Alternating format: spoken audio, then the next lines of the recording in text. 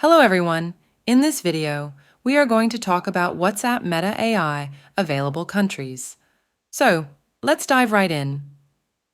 Meta AI, the intelligent assistant developed by Meta, is now expanding its reach to more countries.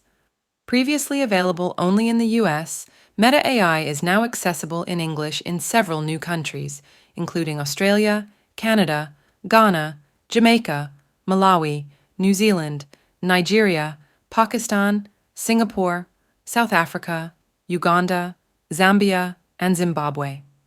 This expansion allows users in these regions to explore the capabilities of Meta AI directly within WhatsApp. You can now ask Meta AI questions right from the search feature at the top of your chats. As you type, Meta AI will provide suggestions, or you can continue typing to ask a question in full. It can provide answers related to sports, entertainment, and current events, sourced from leading search providers. Imagine an image, and Meta AI will instantly display it. As you type, it will reveal new images in real time and even provide videos of the creation process that you can share. This feature utilizes the latest image models from Meta AI. And there you have it. If you find this video helpful, don't forget to subscribe to our channel for more tutorials. Thanks for watching.